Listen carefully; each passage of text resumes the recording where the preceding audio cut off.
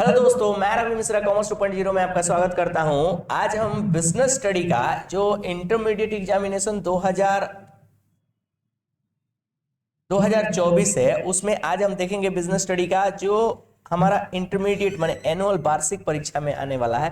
100 marks का paper देखेंगे जिसमें हम 100 मार्क्स के पेपर में ऑब्जेक्टिव देखेंगे।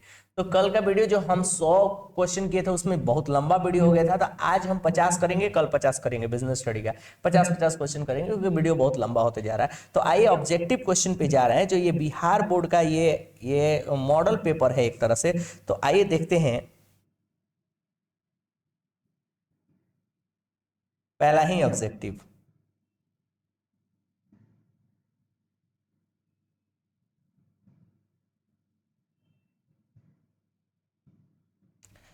चलिए तो पहला ही ऑब्जेक्टिव देखते हैं बिजनेस स्टडी का जो है ये। आ जाइए, पहला क्वेश्चन कह रहा है कि फोरमैन प्रबंध के किस स्तर में आता है। फोरमैन माने foreman comes under which level of management. तो फोरमैन किस में आता है? सुपरवाइजर, फोरमैन, सेफ्टी ऑफिसर, ये सब लोअर में आते हैं। किस में आते हैं? लोअर में माने निम्न में आता है। ओके, अगला क्वेश्चन देखें। कह रहा है कि वैज्ञानिक प्रबंध स्वामियों के for owners scientific management is, owner के लिए साइंटिफिक मैनेजमेंट आता है। इन फेवर में, इन अगेंस्ट में, बोथ दोनों में, नन ऑफ, अगला डी आ रहा है हेल्पफुल में। तो क्या होगा? तो कह रहा है कि वैज्ञानिक प्रबंध स्वामियों के पक्ष में होता है, स्वामियों के फेवर में होता है। Option A is the correct. अगला क्वेश्चन कह रहा है कि निम्न में से किस विधि से कार्य पूरा होता है। Work is completed from which method, work complete होता है किस मेथड से। तो ऑप्शन ए है प्रक्रिया, ऑप्शन बी है उद्योग, ऑप्शन सी है उद्देश्य, ऑप्शन डी है व्यापार।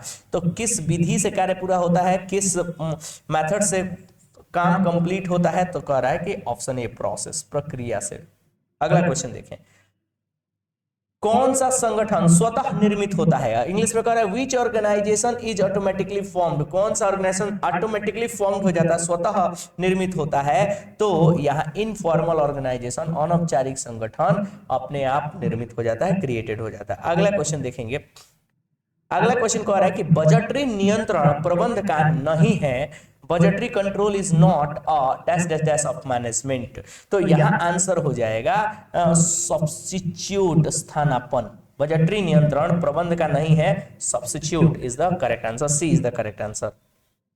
अगला क्वेश्चन 6 नंबर का कह रहा है कि स्थायी पूंजी की आवश्यकता होती है। Fix capital is needed for short term, long term, both A and B and D none of this. तो यहां हो जाएगा बी, लॉन्ग टर्म, क्योंकि फिक्स कैपिटल पूछ रहा है तो फिक्स कैपिटल नीडेड है लॉन्ग टर्म के लिए। ओके, ये तो लॉजिकल क्वेश्चन ही है, अकाउंट्स के स्टूडेंट भी बना सकते हैं। सेबी का क्षेत्रीय कार्यालय स्थित है, से regional office of SEBI is situated in Chennai. Regional office SEBI का कहां है? चेन्नई में है। ऑल ऑफ दीज आंसर नहीं लगाएंगे क्योंकि regional office Chennai, regional office SEBI का कहां है? चेन्नई में है, ध्यान देंगे। विभागीय संगठन के लाभ हैं, विभागीय संगठन के लाभ है शीघ्र निर्णय, विस्तार में सरलता, लोच, उपरोक्त सभी। Advantage of divisional organisation are, advantage of divisional organisation are all of these answer. अगला क्वेश्चन, सेबी नियंत्रक है, सेबी इज कंट्रोल ऑफ उत्पादन का, आंतरिक व्यापार का, पूंजी बाजार का, ऑप्शन डी सरकार का। तो SEBI is controller of, SEBI किसका कंट्रोलर होता है? तो यहां आंसर हो जाएगा कैपिटल मार्केट का, C is the correct answer. SEBI controller होता है कैपिटल मार्केट का। अगला क्वेश्चन देखते हैं 10 नंबर। देखें जरा, स्वामित्व कोष में सम्मिलित नहीं है। Owners fund does not include, option number A share capital, option number B bank loan, option number C reserve fund, option number D share premium. तो यहां आंसर हो जाएगा बैंक लोन इंक्लूड नहीं है। ऑनर्स फंड में क्या include नहीं होता है? बैंक लोन, बैंक ऋण सम्मिलित नहीं होता है स्वामित्व कोष में। देखें जरा, अगला क्वेश्चन कह रहा है 11 नंबर, संगठन संरचना के मुख्य प्रारूप है। Main form of organisation structure are, संगठन संरचना के प्रमुख कार्य हैं। तो functional organisation, divisional organisation, inline organisation, all of this. तो यहाँ आंसर हो जाएगा ऑल ऑफ दिस, इनमें से सभी। अगला क्वेश्चन देखें, संदेश का संप्रेषण प्रतीकों में बदलने का प्रक्रिया है। कह रहा है the process of converting message into communication symbol is medium, encoding, feedback, option number D decoding. तो यहाँ कह रहा है कि कन्वर्ट करता है मैसेज को इनटू कम्युनिकेशन सिंबल इज, उसको क्या कहते हैं? तो यहाँ आंसर हो जाएगा इनकोडिंग कहते हैं। इनकोडिंग के बाद ही फीडबैक पता चलता है, तो इनकोडिंग यहाँ आंसर सही हो जाएगा। अगला क्वेश्चन कह रहा है कि प्रबंध के सिद्धांतों की रचना कैसे की जाती है? प्रबंध के सिद्धांतों की रचना कैसे की जाती है? ऑप्शन नंबर ए प्रयोगशाला में, ऑप्शन नंबर बी प्रबंधकों के अनुभव से, ऑप्शन नंबर सी ग्राहकों के अनुभव से, ऑप्शन नंबर डी समाज वैज्ञानिकों द्वारा। How management principle are created, management principle कैसे क्रिएटेड होते हैं? तो मैनेजर के एक्सपीरियंस के द्वारा, मैनेजर के एक्सपीरियंस के द्वारा। अगला क्वेश्चन देखें, किसी संगठन से अफवाह फैलती है, rumours spread through which organisation? तो इनफॉर्मल अनौपचारिक संगठन से रूमर फैलता है। अगला क्वेश्चन कह रहा है कि प्रबंध की सफलता का प्राथमिक तत्व है, primary element of management is, प्रबंध की सफलता का प्राथमिक तत्व है, तो यहां आंसर हो जाएगा D none of this, none of this, इनमें से कोई नहीं। प्रबंध की सफलता का प्राथमिक तत्व संतुष्ट कर्मचारी नहीं होता है, अत्यधिक पूंजी नहीं होता है, बड़ा बाजार। प्रबंध की सफलता का तो मतलब होता है उद्देश्य क्या होता है? उद्देश्य होता है सर्वाइवल, प्रॉफिट और ग्रोथ, सर्वाइवल, प्रॉफिट और ग्रोथ, जो कि कोई भी नहीं दिया है, इसलिए यहाँ आंसर होगा नन ऑफ दिस। कि प्रबंध की सफलता का उद्देश्य होता है कि बिजनेस या तो सर्वाइवल करता है, तब प्रॉफिट, तब ग्रोथ करता है, ये उद्देश्य होता है, इनमें से कोई नहीं होगा आंसर। अगला क्वेश्चन, नियुक्तिकरण एक प्रक्रिया है, नियुक्तिकरण एक प्रक्रिया है। ऑप्शन नंबर ए धनात्मक, ऑप्शन नंबर बी ऋणात्मक, ऑप्शन नंबर सी दोनों, ऑप्शन नंबर डी इनमें से कोई नहीं। तो recruitment is a process of positive, negative, both, none of this. तो रिक्रूटमेंट प्रोसेस है, नेगेटिव प्रोसेस है, नेगेटिव इज द आंसर। अगला क्वेश्चन कह रहा है कि समतल संप्रेषण में सुझाव का प्रवाह होता है। In horizontal communication suggestion flow to same level, suggestion flow to same level. अगला क्वेश्चन कह रहा है, अगला क्वेश्चन कह रहा है 18 नंबर, 18 नंबर कह रहा है कि बजटीय नियंत्रण के लिए तैयारी आवश्यक है। Budgetary control requires the preparation of, option number A training timetable, option number B budget, option number C network diagram, option number D responsibility center। तो यहाँ आंसर हो जाएगा budgetary control require the preparation of budget. अगला question 19 number question कह रहा है प्रबंध अंकेक्षण किसके निष्पादन पर निगरानी रखने के लिए एक तकनीक है? Management audit is a technique to keep a check on whose performance, management audit is a technique to keep a check on whose performance. Option number A company, option number B management of the company, option number C share holder, option number D customers. तो यहाँ answer हो जाएगा option number B management of the company, company का प्रबंध, B is the correct answer. अगला question कह रहा है कौन सा बजट अल्पकालीन और दीर्घकालीन, ध्यान देंगे यहाँ पे अल्पकालीन और दीर्घकालीन, मतलब कि शॉर्ट टर्म और लॉन्ग टर्म नीड्स। कह रहा है कि अल्पकालीन और दीर्घकालीन आवश्यकता के लिए बनाया जाता है, शॉर्ट टर्म या लॉन्ग टर्म नीड्स के लिए बनाया जाता है। कौन सा बजट? तो ऑप्शन नंबर ए कह रहा है social budget, option number B कह रहा है economic budget, option number C कह रहा है financial budget, option number D कह रहा है नन ऑफ दिस। तो यहाँ आंसर हो जाएगा सी फाइनेंशियल बजट। शॉर्ट टर्म और लॉन्ग टर्म दोनों के लिए बनाया जाता है, financial budget is the correct answer. वित्तीय बजट शॉर्ट टर्म और लॉन्ग टर्म दोनों के लिए बनाया जाता है, ध्यान रखेंगे। अगला क्वेश्चन देखते हैं 21 नंबर क्वेश्चन, नियोजन एवं नियंत्रण, नियोजन एवं नियंत्रण प्रबंध के कैसे पहलू हैं? ऑप्शन नंबर ए कह रहा है यहाँ इंग्लिश में कि planning and controlling are which aspect of management, management के कौन से एस्पेक्ट हैं? तो ट्विन्स एस्पेक्ट हैं, जुड़वा एस्पेक्ट है, समझ में ना, एक ही सिक्के के दो पहलू होते हैं, तो ट्विन्स एस्पेक्ट है मैनेजमेंट के, तो ट्विन्स इज द आंसर। अगला क्वेश्चन कह रहा है व्यापारिक साख स्रोत है, व्यापारिक साख स्रोत, trade credit is a source of, trade credit is a source of. Option number A long term finance, option number B medium term finance, option number C short term finance, option number D none of this. तो यहाँ answer हो जाएगा आपका C short term finance. अगला question देखेंगे 23 number, चालू संपत्ति का योग है, the sum of current asset is, the sum of current asset is. Option number A fix capital, option number B working capital, option number C total capital, option number D none of this. तो यहाँ answer हो जाएगा 23 का B working capital. चलिए अगला question कह रहा है 24 number, various types of capital gearing are, various type of capital gearing are. ये थोड़ा आउट ऑफ द बॉक्स पूछ दिया है, आउट ऑफ द सिलेबस, लेकिन मेरी नॉलेज कहती है कि capital types of capital gearing कितने तरह के होते हैं, तो 2 तरह के होते हैं, option B is the correct. अगला क्वेश्चन 25 नंबर देखें क्या कह रहा है कि वाणिज्य विपत्र, वाणिज्य विपत्र लिखा जाता है, commercial bill is written by, commercial bill लिखा जाता है परचेजर के द्वारा, बैंक के द्वारा, गवर्नमेंट के द्वारा, सेलर के द्वारा। तो कमर्शियल बिल लिखा जाता है किसके द्वारा, सेलर के द्वारा। थोड़ा सा ये अकाउंट्स का क्वेश्चन हो जाता है कि कमर्शियल बिल सेलर लिखता है, जिसको बीआर, बिल रिसीवेबल बोलते हैं। अगला क्वेश्चन,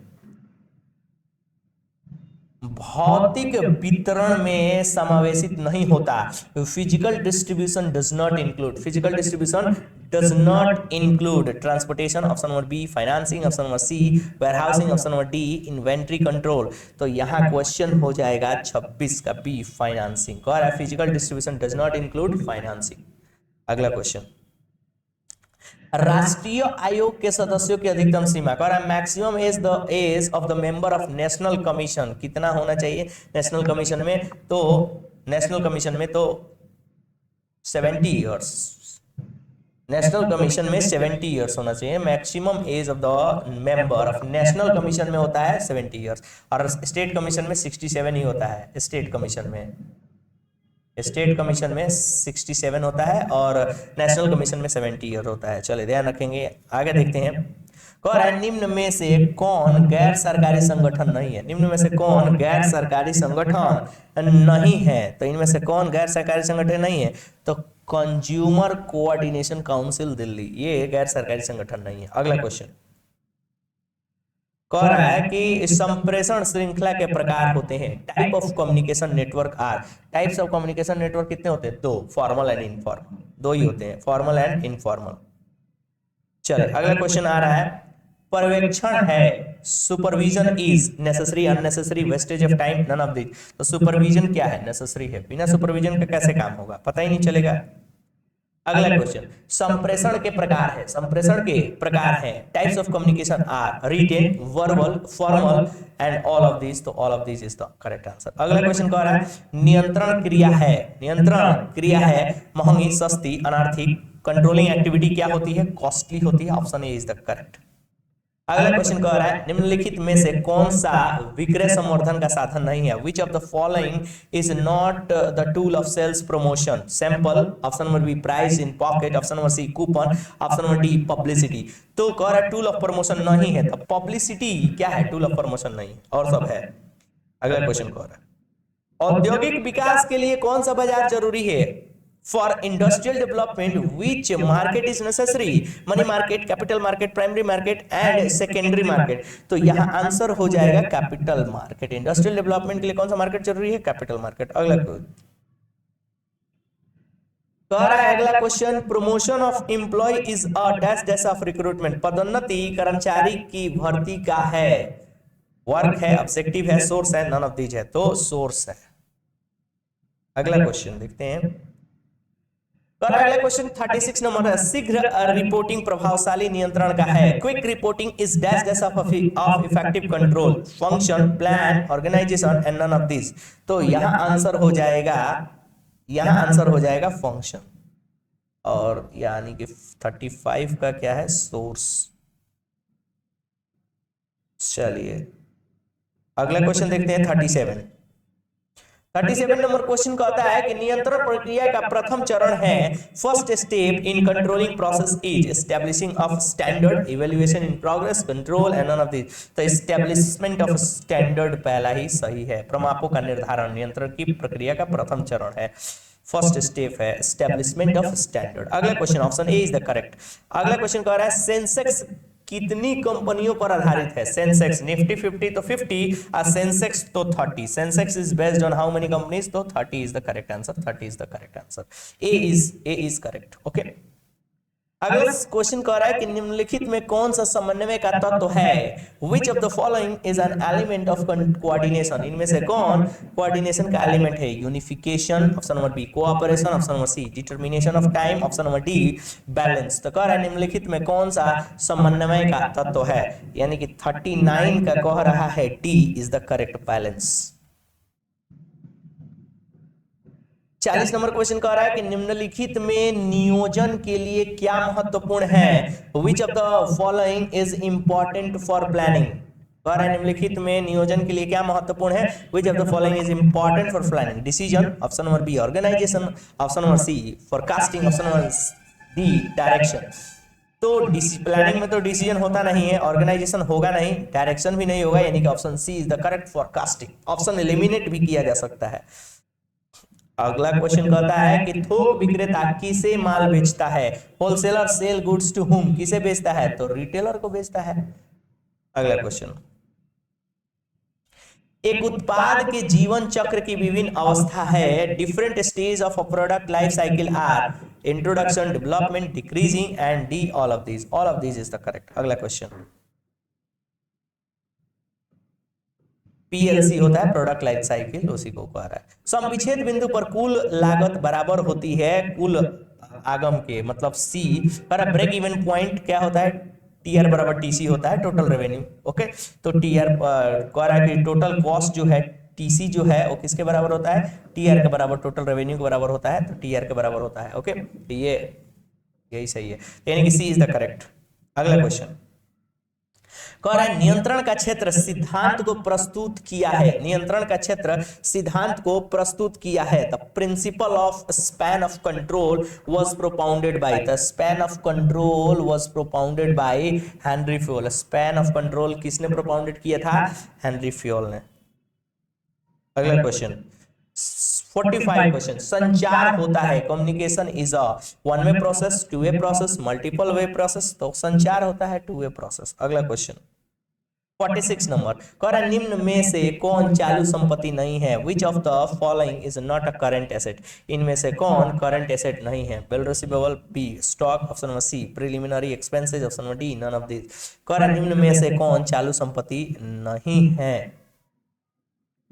नहीं है 46 का सी प्रिलिमिनरी एक्सपेंसेस नहीं है।